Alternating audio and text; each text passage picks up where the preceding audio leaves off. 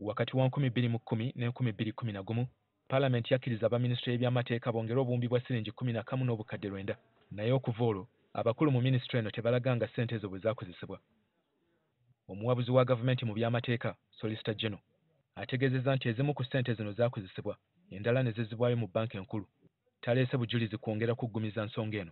I have the transfer letter from Bank of Uganda transferring the money to the consolidated fund and closing the account, the balance which is 11,752,000,000. We need evidence of that freeze, and then we also need the evidence of returning this money to the consolidated fund. Ababaka bakyebuuza ebintu bingi ebigenda mu maaso mu minisitule eno omuli n'abakulu abeegabira omudidi gwa ssente bwe baba baakutambula munda mu ggwanga oba ebweru. Go to the next per diem from 4th 21st July 2018. You go to 2019, but you don't state who.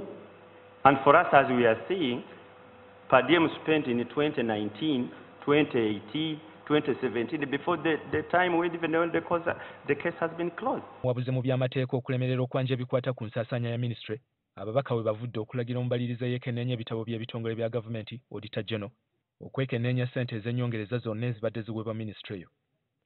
This is a case where we are sending auditors to go through all this and come with a report. Ate okasanze ekiseera ekizibu okunnyonnyola ababaka Uganda bwe yafiira obukadde bwa $157 kampuni ensimu y'amafuta gye yali ereebuukana nayo mu kkooti bwe yaliwa obukadde 205 mu kifo ky'obukadde 407 obwa $.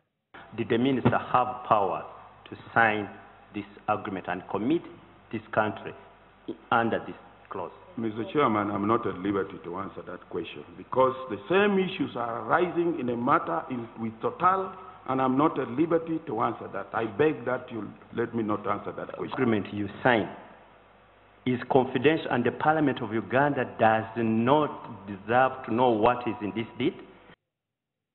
Ababaka bakyagenda mu maaso n'okubuuliriza ku ssente z'amafuta n'okusingira ddala abamu ku bakulu bwe baatuuka okwegabira ku ssente zino obuwumbi bwa siringi 6.